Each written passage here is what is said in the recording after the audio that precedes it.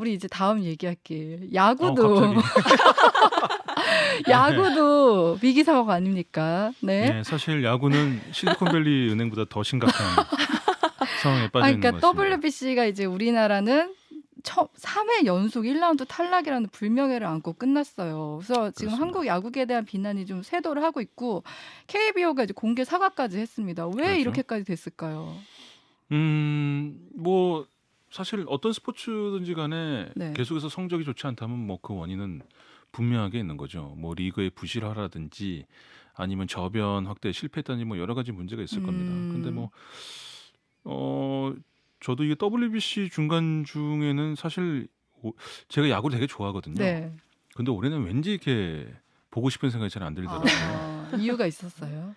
뭐 여러 가지 있으면 일단은 본능적으로 야구를 오래 본 사람들은 알겠지만 이번 국가대표팀 그 선정 당시부터 많은 잡음들이 있었고 네네네. 그에 따라서 구성된 선수들의 면면을 보게 되면 이 선수단으로 이길 수 있을까라는 그런 불안감이 들었던 건데 반면에 또 일본 대표팀은 뭐 야구를 잘 모르시는 분들도 요즘 너무 유명해서 잘 알잖아요. 뭐 오타니, 네. 사사키 로키 막 그래가지고 그 소년 야구 만화에서 나올 법한 그런 선수들로 구성이 됐기 때문에 또 우리나라에서는 보면 일본한테 지는 거 싫고 그렇죠. 저도 굉장히 그 참패를 당하는 건 더더욱 싫어하잖아요. 그러니까 네네. 그런 것들이 좀 어느 정도 예상이 아마 본능적으로 했던 게 아닌가 싶은데 네네. 뭐 결과적으로 정신 승리자의 자격은 얻은 것 같아요. 그걸 안 봐가지고 네네. 일본전도 안 봤습니다. 근데 이제 오늘 이제 방송을 하게 되니까 맨 처음에는 이제 좀 자세하게 이번 준비 과정에서의 문제점이 뭔지를 한번 좀 볼 필요가 있겠죠. 말씀하신 대로 일단 선수단 구성부터 잡음이 많았어요. 네. 이게 또 돌아가면 우리 사회에서 지금 사회 분위기를 반영하는데 학폭 문제가 그렇죠. 연결이 됐었죠. 네. 안우진 글로리와 선수 함께. 선발 예. 문제가 있었죠. 아시는군요. 네네. 안우진 선수가 사실 지금 우리나라 선발진에서 가장 중요한 축을 담당할 수 있었던 선수였거든요. 굉장히 잘한대요. 그러니까 일본에서 가장 대표적인 그러니까 국내파 그 메이저리그인 다르비시 유나라든지 아니면 오타니 선수를 제외하고 일본 국내 리그에서 최고를 달리고 있는 젊은 선수가 사사키 로키라고 한다면 네. 우리나라에선 안우진 선수였습니다. 150 중반대 평균 150 중반대 구속을 가지고 있고 제구도 되고 굉장히 압도적인 그 퍼포먼스를 보여주는 파워 피처였거든요. 네. 그런데 말씀하신 대로 이제 고등학교 때였죠. 예, 그때 그 학교에 다니면서 네. 학폭 문제에 연루되면서 국가대표 자격이 박탈이 그쵸. 됐는데 네. 이게 이번에도 유지가 된 거죠. 음. 그래서 아까 전에 말씀드렸다시피 이번 우리 팀의 투수력이 어디보다 그 전때의 그런 국제 대비에 굉장히 약하다는 거는 선수들 자신도 느끼고 있었단 말이죠. 네네. 근데 여기서 가장 강력하게 써먹을 수 있는 무기마저도 이게 좀 어떻게 보면 쓸 수 없는 그런 상황이 된 거에 대해서 야구계 내에서도 갑론을박이 많았죠. 가장 강력한 무기가 뭐예요? 가장 강력한 무기가 이제 그 안우진 선수였죠. 아. 어떻게 보면 제1 선발이었거든요. 네네네. 제1 선발을 빼고 국제대회 이 단기전에 임한다는 건 굉장한 타격이니까요. 그래서 이제 거기서 또 논란이 됐던 게 우리 또 추신수 선수 같은 경우도 네. 미국에 있는 라디오에 출연해가지고 이제 좀 용서할 때가 되지 않았냐. 옹호하는 발언을 네, 했었어요. 옹호하는 발언을 네. 좀 했었죠. 그래서 또 굉장히 또 논란이 됐었고요. 네.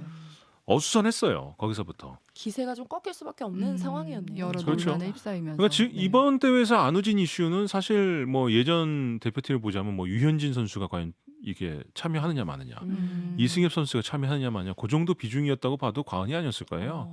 근데 이제 결국은 참여를 못했고요. 네. 논란만 있고 그리고 그 논란이 훅폭풍이 갔고 그리고 또 훈련 도중에 보면 굉장히 불운한 그런 일들도 많이 이어졌죠. 그래서 마무리 투수 중에 하나였던 고우석 선수가 또 부상으로 중도에 탈락을 합니다. 여기도 투수. 예, 근육통으로 인해 가지고 또 고우석 선수도 몇 안 되는 우리나라의 파워 피처 중 하나였어요. 그냥 결론적으로 얘기하면 결승전에서 선발과 마무리를 맡을 만한 두 선수가 빠져버린 거예요. 그러네요. 예. 그러니까 사실 단기전이라는 게 몇 개 안 되는 그 경기에서 뭔가 결정을 봐야 되는 그런 단기전 속성상 이건 굉장한 타격을 볼 수 있죠. 네. 거기에다가 또 우리 대표팀이 아리조나에서 전지훈련 캠프를 차렸거든요. 네. 근데 또 이게 참 재수가 없다 보니까 아리조나가 본래 그 굉장히 화창한 날씨로 유명한 지역 아닙니까 네. 미국에서도. 근데 아마 역대 최악의 기상 상태를 보여가지고 아이고. 심지어는 그 호주로 이렇게 제 시간에 오지도 못했어요. 날씨 비행기가 때문에요? 결항이 돼가지고 아리조나가 제가 듣기로도 거기 뭐 사시던 분들 얘기 들어보면 그런 날씨를 보긴 거의 힘들다고 하는데 뭐 한파도 몰아치고 네. 아리조나는 우리가 생각하면 뭐 사막 굉장히 더운 날씨 막 이런 날씨잖아요. 뭐 비도 내리고 막 저 진눈깨비 내리고 한파 내리치고 막 그래가지고 난리가 났던 모양입니다. 네. 그러니까 훈련은 당연히 제대로 못했을 거고요. 거기다가 또 제때 비행기까지 도착도 못했고 못했으면은 네. 이런 부분들이 따지면서 결과적으로 이번에 경기를 보니까 기존의 선수들도 보니까 제대로 이 컨디션 조절에 실패했던 모습이 역력했어요. 네, 네, 네. 타자들도 보면 그 배팅 감각이 굉장히 돌아오지 않는 모습이었고 네, 투수들도 네. 그랬고 이런 불운도 물론 있었습니다. 이런 것도 이제 전반적인 문제도 있었지만 이제 결과적으로 한국 야구 수준에 대한 지적도 되게 많더라고요. 그렇죠. 아무래도 이제 불운이란 것들이 작용한다고 해서 사실 이번에 나왔던 퍼포먼스에 대한 변명을 100% 이런 운과 네.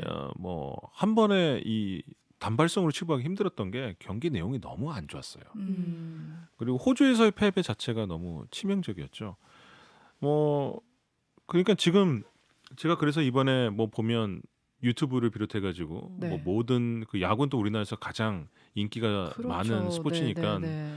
이 감론을박이 나와서 야구 전문가들의 얘기를 전체적으로 들어보면 공통된 지적은 이겁니다. 우리만 빼놓고 모든 세계 나라의 야구 수준이 올라갔더라. 우리나라는 제자리인데 다른 나라들은 그 사이 성장했다. 좋게 말하면 제자리 아니면 퇴보했다라고까지 퇴보까지. 비관한적으로 나온 사람도 너무 있고요. 아픈 말이네요. 예. 그러니까 그거죠. 근데 이게 사실 이번 대회에서만 나왔던 얘기는 아니라는 거예요. 그러니까 2015년에 프리미어 12, 네. 뭐 프리미어 10이라는 그 약간 WBC와는 다른 국제 대회에서 그때 아마 우승을 한 데 이어서 계속해서 국제 대회 성적은 하향세였습니다. 지금 말씀하시는 WBC는 3회 연속 네, 1라운드 탈락이고요.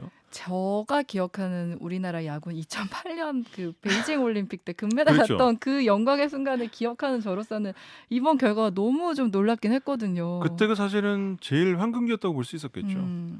근데 실질적으로 그때 선수들도 지금 보시면 그때 선수들 구성을 보게 되면 야구에 별로 관심이 없는 분들도 누구나 다 알 수 있을 만한 뭐 이승엽, 그쵸. 뭐 유현진 화려했었어요. 네네. 메이저리그도 맡고 그랬는데 그때부터 하여튼 한국 야구 대표팀의 전반적인 성적은 계속해서 하향 일로로 갑니다. 그래서 지난 2021년 도쿄 올림픽 때도 노메달이었고요. 그렇죠. 네. 또 이번에 호주에게도 졌다고 하지만 이번이 단발성이 아니란 거예요. 호주한테도 뭐 보면 우리나라가 소위 말해서 야구 변방국이라고 하는 뭐 월드컵으로 치면 아시아가 변방국 취급을 받잖아요. 네. 야구는 반대지만 네. 예를 들자면 근데 유럽 팀이 자꾸 계속해서 뭐 우리나라라든지 중국 이런 팀에 졌다고 한다면 그게 그 팀의 단발성인 그런 악재라고 보기는 힘들겠죠. 그래서 우리나라 같은 경우 도쿄올림픽에서 이스라엘에게도 가까스로 이겼었고요. 그때. 그다음에 심지어는 2017년에는 이스라엘에게 진 경우도 있고. 그럼 이렇게 실력이 떨어지고 있다는 신호는 계속 있었던 거네요. 이번에 처음 나온 게 아니라. 그런 것이죠. 네. 그러니까 이 추세라는 게 추세란 거를 봐야 되는 거죠. 그러니까 뭐 스포츠라는 거는 야구도 뭐 구기 종목들이 모두 다 그렇지만 공은 둥글다고 하지 않습니까? 특히 야구 같은 스포츠는 이 단기전에서는 굉장히 변수가 많을 수밖에 없어요. 왜냐하면 특성상 예를 들어 가지고 정말 뛰어난 투수 하나가 그날 컨디션이 절정이 일어나가지고 너무 좋은 공을 던진다 그러면 약팀도 충분히 강팀을 이길 수 있는 기회는 있습니다. 네. 근데 이게 몇 년에 걸쳐서 계속해서 이런 추세를 보인다고 한다면 이거는 단순히 그런 운의 문제가 그렇죠. 아니라 예, 네네. 리그의 질이라든지 아니면 선수들 수준의 문제로 귀결이 될 수밖에 없는 거죠. 네. 그래서 그럼 도대체 왜 이렇게 정체가 되고 있는 거냐? 네. 뭐 여러 가지 그 뭐 진단이 나오는데 일단 이번 경기만 봤을 때는 투수들이 굉장히 별로 안 좋았어요. 아까 앞서 얘기한 것처럼. 예, 네. 투수들의 안 좋았다는 걸 어떻게 할 수 있느냐? 공의 속도가 굉장히 느립니다. 예, 상대적으로. 그거는 경기 보신 분은 다 알겠지만 일본과의 경기가 가장 대표적이었죠. 네. 일본은 던지는 그 투수들마다 150 이상이 나오는데 우리나라 투수들은 150을 넘기는 투수가 거의 없어요. 그래서 또 볼넷도 굉장히 많이 나온 게 또 제구도 안 되고 있죠. 네. 그래서 이거는 아까 제가 말씀드렸다시피 아마 그 컨디션 조절 실패의 문제도 있겠지만 구속의 문제는 이건 사실 컨디션 조절과는 크게 상관이 없는 거거든요. 예, 물론 뭐 1, 2km 차이는 있겠지만 구속 자체가 보면 꾸준하게 평균 구속이 7에서 8km 차이가 난다는 거는 그 리그의 질로 귀결이 될 수밖에 없는 거고요. 네. 그럼 도대체 왜 투수들이 이런 식으로 그 구속이 저하가 되느냐? 네. 이게 그렇다고 무슨 어떤 우리 일본 선수하고 우리나라 선수들의 피지컬적인 차이겠느냐? 그거는 아니라고 그렇죠. 뭐 네. 누구나 다 그렇게 생각하죠. 네. 예. 일본하고 우리나라하고 뭐 같은 황인종인데다가 음. 뭐 특별하게 뭐 체격이나 이런 부분에서 오타니 선수 같은 아주 특이한 경우를 제외한다면 그 차이가 날 것도 네. 없을 거고 음. 오히려 운동 선수로서의 피지컬적인 뭐 유전적인 자질이나 이런 부분은 한국 쪽에 더 뛰어난 선수들이 많다는 평가까지도 있는데요. 네. 이런 부분에 대해서 많은 도대체 왜 한국 투수들은 그러면 강속구를 못 던지고 있느냐에 대해서 많은 뭐 원인 그 제기들이 있는데 네. 제가 봤을 때는 이제 첫 번째로 많이 제기되고 있는 게 바로 리그의 질적 하락을 얘기하는 데 있어가지고 10개 구단 체제가 너무 과하다. 지금 구단이 10개가 있는데 그게 과하다고요. 예, 그 과하다는 얘기는 자세히 보면 이렇습니다. 그거는 이제 10개 구단 체제로 개편될 때부터 지적이 됐던 거였어요. 네. 뭐였냐면 야 우리 선수가 정말 양질의 저기 기존에 있었던 KBO 구단의 한 팀을 구성할 만한 그런 양질의 선수를 예전에 8개 구단에서 2개 팀을 더 늘릴 만큼 선수 수급이 안 된다. 그러면 전반적으로 질적으로 떨어질 수밖에 없다. 그렇죠. 그러면 네. 옛날에는 경기에 올라갈 수 없는 수준의 선수들을 경기에 올릴 수밖에 올려야 없는 거고. 되니까. 그리고 야구는 팀 스포츠이기 때문에 네. 수준이 떨어진 선수들이 계속 올라서 그렇죠. 플레이를 하게 되면 경기 질 자체도 플레이가 떨어지게 되고. 누구 하나가 다 커버할 수 있는 게 아니니까요. 그렇죠. 그리고 두 번째가 뭐냐면 바로 아까 전에 말씀드렸다시피 새로운 스타들을 키워내기에 힘들어진다. 투수든 타자든 간에. 왜? 이제 그 소위 말해서 뎁스, 깊이라고 네. 하죠. 선수 네. 풀 자체가 약해지게 될 경우에는 구단들 입장에서 어떻겠습니까? 조금만 잘한 것 같은 건 무조건 최대한 불러가지고 확보를 써야 해야 돼요. 되는 거죠. 네. 예, 걔들에게 예를 들어서 그 특히 야구 같은 투수들 같은 경우는 굉장히 델리케이트한 네, 포지션이거든요. 네. 그러니까 굉장히 섬세하고 어떻게 보면 뭐 그 여성들 같은 그런 섬세함을 요구해요. 네. 왜냐하면 뭐 18.5m 되는 그 먼 데서 요 정도 되는 네모칸에다가 시속 150 되는 속도로 공을 던지면서 요 네모칸 안에 던져야 되는 거기 때문에 던지는 입장에서는 예를 들어서 그립이라고 하지 공을 잡는 방법, 공을 넣는 각도가 1도 차이가 나게 되면 결과는 크게 달라지기 네, 때문에 투수들은 굉장히 민감하고 성격적으로 섬세한 경우가 많아요. 네. 그걸 계속 일정하게 던져야 되는 거죠. 조금만 차이가 나도 제구가 안 우리가 말하는 제구라는 게 그런 겁니다. 우리가 말하는 제구라는 게 던지는 입장에서는 정말 미묘한 차이예요. 그러니까 던지는 포인트가 한 1cm 정도만 차이 나면 여기서는 볼 스트라이크가 이렇게 차이가 나거든요. 그런데 그러려고 그러면 예를 들어서 특히 신입 같은 경우는 경험이 없기 때문에 그런 부분이 더 클 거 아니겠어요. 네. 그러면 그런 부분에 대해서 자기 이 경험도 쌓고 뭐 차분한 생각도 하고 완성된 선수 만들어갈 만한 기회를 줄 수 있어야 되는데 이제 팀들이 경쟁이 치열해지는데 선수 수급은 원활해지지 않고 그렇게 되면 아직 계속해서 완성되지 않은 선수들을 계속 불러내는 그렇죠. 거군요. 네, 소모적으로 쓸 수 있다는 거죠. 네, 또 선수란 건 또 슬럼프가 있을 수도 있고 슬럼프가 있으면 또 약간 내려가서 이렇게 뭔가 다시 자기 회복을 할 수 있는 시간도 필요한데 그것도 쉽지 않아지고 그러다만 전반적으로 이런 것들이 악순환 쪽으로 갈 수 있게 된다. 네. 그건 뭐 물론 타자도 마찬가지고 근데 투수가 더 심하더라. 그 두 번째 학원 스포츠상의 문제를 얘기하게 되는데 예, 학원 스포츠도 마찬가지입니다. 네. 인재풀이 넓지 않은 데서 네. 입시를 위한 그런 이제 승부에 매달리게 되다 보니까 네. 구속보다는 제구에 신경을 쓰는 그런 지도자들이 많아지게 된 거죠. 네. 그러니까 꾸준히 뭔가를 실력을 쌓아가기보다는 뭔가 성적을 잘 내기 위한 것, 그러니까 그 대입 수능을 위한 그런 맞습니다. 지표를 완성하기 위한 훈련만 된다는 거죠. 그러니까 예를 들자면 이런 거예요. 그러니까 수능 말씀하셨으니까 역시 저 학부모들이니까 쉬운 예를 드시는데 공부를 열심히 해서 당연히 성적을 올려야 되는데 네. 그런 원리 원칙이나 근본에 대해서 그 공부를 하기보다는 요령만 가르쳐주는. 그 왜 학원에서 보면 집게 일타 강사, 과외. 집게 강사 같은 있잖아요. 거기에만 특화돼 가지고 자기 성적보다 예를 들어서 막 1, 20점을 더 높게 받는 방법에만 천착하는 네. 약간 그런 느낌이라고 보시면 돼요. 그러니까 제구와 구속이라는 거는 그 야구를 아시는 분들은 알겠지만 반비례 관계예요. 사실 그렇잖아요. 사람이 그렇죠. 네. 속도가 빠른 거는 던지면서 세게 던져야 빨리- 되는 거고 그렇죠. 제구는 맞습니다. 정확하게 던지는 거잖아요. 음. 본래 세게 던지면 정확해지기가 힘들어요. 네. 근데 정확하게 던지려면 세게 던지기가 힘들어요. 그 그 두 개를 동시에 해야 되는 게 야구 선수이기 때문에 그게 어렵다는 거거든요. 네. 그러니까 보통은 학원 스포츠에서는 학생들을 가르치는 입장에서는 보면 아무래도 그 피지컬이 잘하고 아직 덜 육체가 완성되지 않은 선수들이기 때문에 이런 얘기가 있습니다. 제구는 후천적으로 잡을 수 있지만 속도는 그때 키우지 않으면 잘하기 아. 힘들다라는 그런 어. 얘기들도 있어요. 네네. 아무래도 이제 계속 성장하니까요. 그럼 그때 어찌됐든 간에 학원 스포츠에서는 축구도 마찬가지예요. 네. 기본기라고 하잖아요. 일단 공이 빨라야 되잖아요. 투수는. 네네네. 그거를 키워줘야 되는데 그럴 만한 여유가 없다.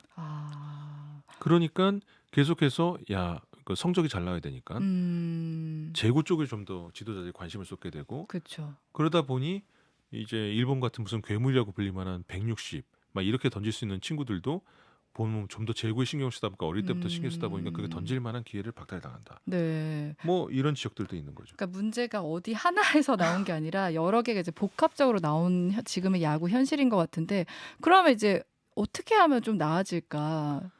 예, 그래서 근데 갑자기 이런 얼굴이 어두워지시는데요. 예, 이런 부분에 있어가지고는 그래서 왜 이게 좀 부동산 시장하고도 좀 비슷한 것 같아요. 어떤 면에서? 과열됐잖아요. 이게 모든 게 부동산 음. 시장이 과열되게 되면 어떻게 대책이 될까요? 일단은 꺼져야 되는 거죠. 그렇죠.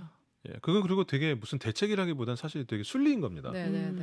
근데 우리 프로야구 같은 경우에는 시장적인 면으로 보더라도 제가 보다 좀 약간 과열된 면도 있어요. 그러니까 예를 들면 선수 연봉이라든지 시장이나 이런 것들이 네. 실제적으로 우리 리그가 갖고 있는 가치나 이런 것보다 지금 수준이나 약간 거품이 네. 꼈다고 볼 만한 여지도 있습니다. 아까 전에 말씀드렸다시피 지금 세계 수준과도 점점 벌어지고 있는데 연봉이나 이런 수준은 뭐 굉장히 계속 올라가고 있어가지고 올라갔고, 네. 연봉만 놓고 따지면 세계 3대 리그거든요. 예. 근데 실력은 오히려 더 떨어져서. 사실 프로 네. 선수들의 연봉이 올라간다는 거는 그 리그에 있어서 나쁜 건 아니에요. 그렇죠. 왜냐하면 좋은 선수들이 모이게 되니까요. 음. 그런데 이제 야구는 약간 축구하고는 그 부분에서 약간 차이가 있을 수가 있는 게 이게 좀 저 국제화가 네. 아무래도 축구보다는 덜 되다 덜 보니까 됐어요. 네. 이게 높은 연봉이 되면 잉글랜드 프리미어리그나 이런 데서는 세계 각국의 좋은 선수들이 모이게 되는데 야구는 아직까지 그 정도는 아니란 말입니다. 그러니까 국내 선수들의 몸값만 계속해서 인플레이션 되는. 근데 국내 선수들의 몸값이 인플레이션 되게 되면 어차피 구단들의 정해진 그 쓸 수 있는 돈은 정해져 있기 네, 때문에 네. 또 상대적으로 밑에 있는 다른 저연봉 선수들은 더 초과 열악해지게 되는 네. 이런 좀 악순환이 있는 거거든요. 정말 부동산 시장이랑 비슷하네요. 그 경제 논리는 다 비슷비슷한 네. 거죠. 예. 그래서 이제 일단은 그 프로 구단 자체들이 이 부분에 대해서 좀 인식을 하고 그 전체 수준을 높이기 위해 가지고 네. 몇몇 선수들에게 편중된 그런 편이나 이런 부분을 갖다가 전체적인 리그 발전을 위해서 어떻게 뭔가 네. 이 제도란지 이런 걸 바꿔야 될지 좀 고민을 해봐야 될 거고요. 네네. 그런데 사실 더 근본적인 문제는 이걸 겁니다. 이거 우리가 자꾸 일본하고 요즘 축구도 그렇고 그러죠. 맨날 일본하고 비교를 하게 되는데 언제나 프로리그의 수준만을 비교하게 되지 사실은 그 근간이 되는 그런 말씀 많이 들어보지 않으셨어요? 저변의 문제. 네, 그렇죠. 근데 이 저변상의 문제를 저 같은 경우만 하더라도 한 20년 동안 들은 것 같아요. 박초롱 기자도 그러지 않으세요? 그렇죠. 저변의 문제를 저변의 먼저 문제. 해결해야 한다. 그렇죠. 모든 스포츠에서 맨날 일본하고 질 때마다 나오는 게 일본과의 그 일본의 인프라 넓은 차이 인프라. 얘기하죠. 예. 시설도 시설인데 이제 시설은 우리가 많이 따라왔어요. 근데 음. 문제는 뭐냐면 스포츠라는 건 당연하다고 말씀드리겠지만 그 아까 전에 말했던 풀을 얘기했잖아요. 풀, 인재풀.